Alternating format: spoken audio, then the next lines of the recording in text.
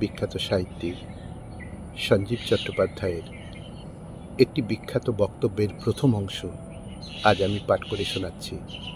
বক্তব্য শান্তির উপায় নিজেকে জানা।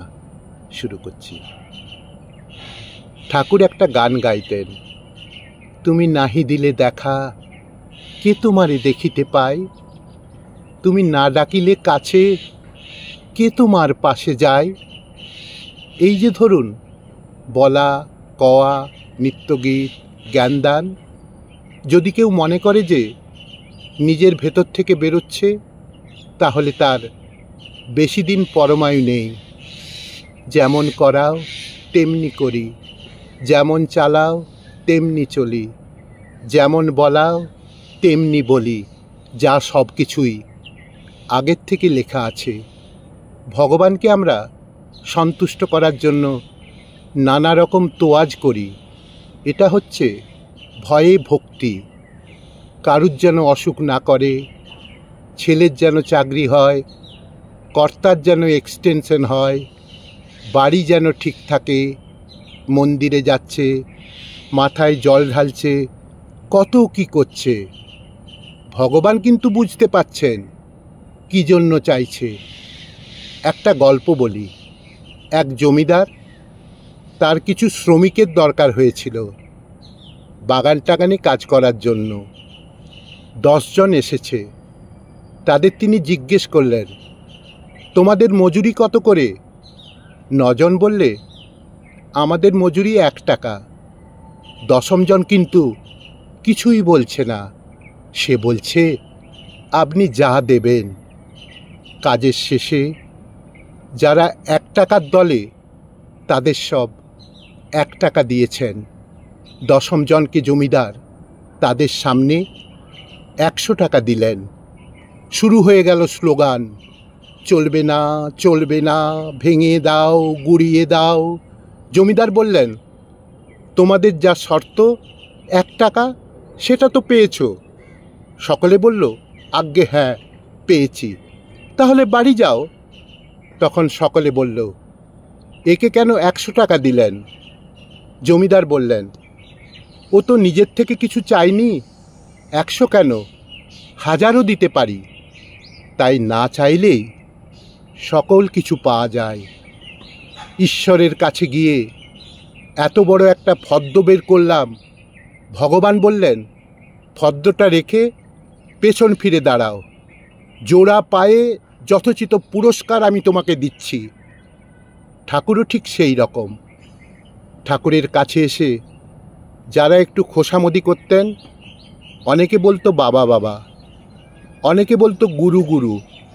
ঠাকুর একদিন পঞ্চবটিতে বেড়াচ্ছেন, তার পেছন পেছন একজন ওই রকম বাবা বাবা করতে করতে আসছে। ঠাকুরের ভয়ঙ্কর মূর্তি তো তারা দেখেনি। ঠাকুর ঘুরে দাঁড়ালেন, বললেন, দাঁড়া, এখান থেকে তুই হয় বিদায় হ, না হলে আমি তোকে বিদায় করব। বললেন, আমি কারুর বাবা নই, আমি কারুর গুরু নই, আমি আবার কারুর চেলাও নই। একদিন কলকাতা থেকে একজন গিয়ে ঠাকুরের কাছে খুব এড়ে তর্ক করছেন, ঠাকুর, ভগবান আছেন? কোথায় আছেন? কিভাবে তাকে পাওয়া যায়? গান গাইলে পাওয়া যায়, ডিগবাজি খেলে পাওয়া যায়, ঝাঁপ দিলে পাওয়া যায়? ঠাকুর চুপ করে দেখছেন।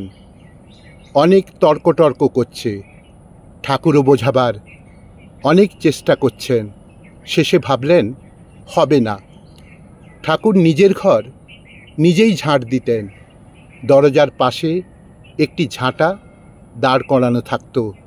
ঠাকুর সেটা যেই হাতে নিয়েছেন, তৎক্ষণাৎ সে পড়ি কি মরি বলে ঘরের বাইরে। সে ভেবেছে ঠাকুর বোধহয় তাকে ঝাঁটা পেটা করবে। ঠাকুর দরজার কোণে সেই অবস্থায় দাঁড়িয়ে তাকে ডেকে বললেন, শোনো, আমি কে যদি জানতে চাও, তাহলে আমি হচ্ছি এই ঝাঁটা। তখনও তার ভয় কাটেনি। সে ভেবেছে সেটা তার পিঠে পড়বে। বললেন, এই বিরাট বিপুল বিশ্বের এই সামান্য জায়গাটাকে যদি পরিষ্কার পরিচ্ছন্ন করে যেতে পারি, সেইটাই আমি চেষ্টা করছি। সারা পৃথিবীর কথা আমার ভাবার প্রয়োজন নাই। যখন তার কাছে এসে অনেকে নানা রকম দুশ্চিন্তার কথা পারত, তখন ঠাকুর বলতেন, শোনো, এই পৃথিবী কি তোমার না তোমার বাপের? তোমার ইচ্ছায় কি একটা গাছের পাতা নাড়াতে পারো? তাহলে তুমি আবার এই করলে ভালো হতো, ওই করলে ভালো হতো বলছো কেন? তোমার নিজের কি করলে ভালো হয় সেটাই দেখো বলে ঠাকুর একটি গান গাইতেন। আপনাতে আপনি থেকো মন, যেও নাকো কোনো ঘরে, যা চাবি তা বসে পাবি, খোঁজো নিজ অন্তঃপুরে। যা চাবি তা বসে পাবি, খোঁজো নিজ অন্তঃপুরে।